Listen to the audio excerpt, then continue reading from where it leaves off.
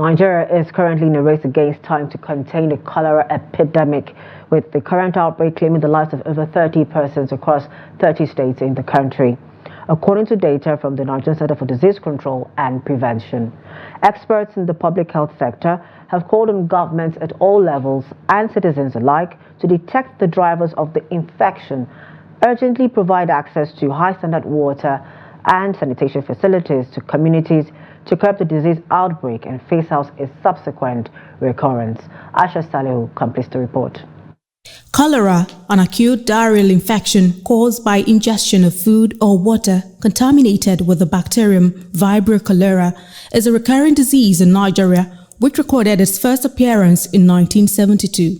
Since then, intermittent outbreaks have occurred, with a severe outbreak surfacing in 2010 and leaving in its wake a trail of about 3,000 cases and 781 deaths. Another outbreak was recorded in 2020, which escalated to several parts of the country for most of 2021. Despite being preventable and easily treatable, children continue to suffer from the potentially fatal disease.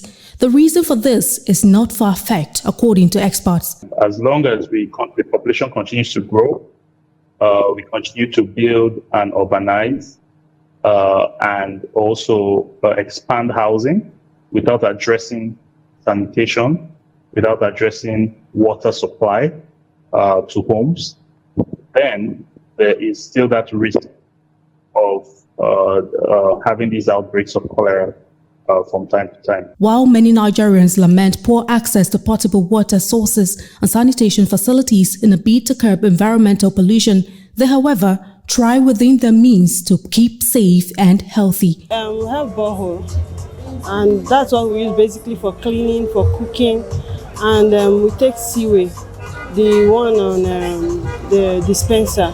Yeah, so that's what to do. And then I ensure that my kids wash their hands after going to using the restroom.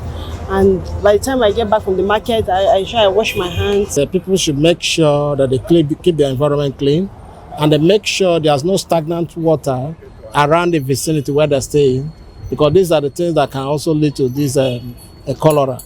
And again, the kind of water they use in the drink and they use in cooking, if they are not sure of the safety, the purity of the water, they can boil it. My water access is tap pipe water, tap borne, and we'll make sure our environments are clean, and especially cooking with clean water is another thing. Since cholera, the easiest way to contact it is through waterborne disease. I don't just take water anyhow. Sometimes when I go out, if I find out that the location I am, the water may not be good for my person, I just have to wait till I get to a location where I know I can buy water. And some persons might also believe that bottled water is actually the best. It may not be the best, because there are some persons, some individuals that are dubious in their business.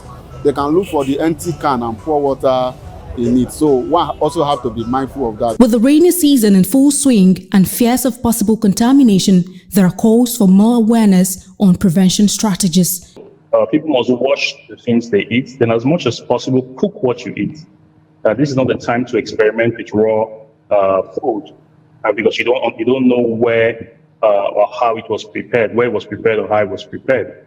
And the major drivers of transmission for cholera is still food and waterborne. So it's still from food sources and water sources. Although Nigeria is said to have the capacity to diagnose and treat cases, curbing the disease goes beyond the healthcare system. For every outbreak, there are predictors of the outbreak. So for instance, in the country today, the moment with the economic situation, you have hyperinflation and a situation whereby access to water, potable drinking water, has become more and more expensive. The way they are able to process this water that they get from maybe rainfall or from other sources, surface water sources, etc., well water and all that, may be where we have some of the contamination and infection that is leading to the outbreaks. Stakeholders say government at all levels must set up early warning mechanisms to identify potential hotspots and regularly provide situation updates to the population while intensifying mitigation plans and community surveillance measures. Aisha Salihu, Trust TV News, Abuja.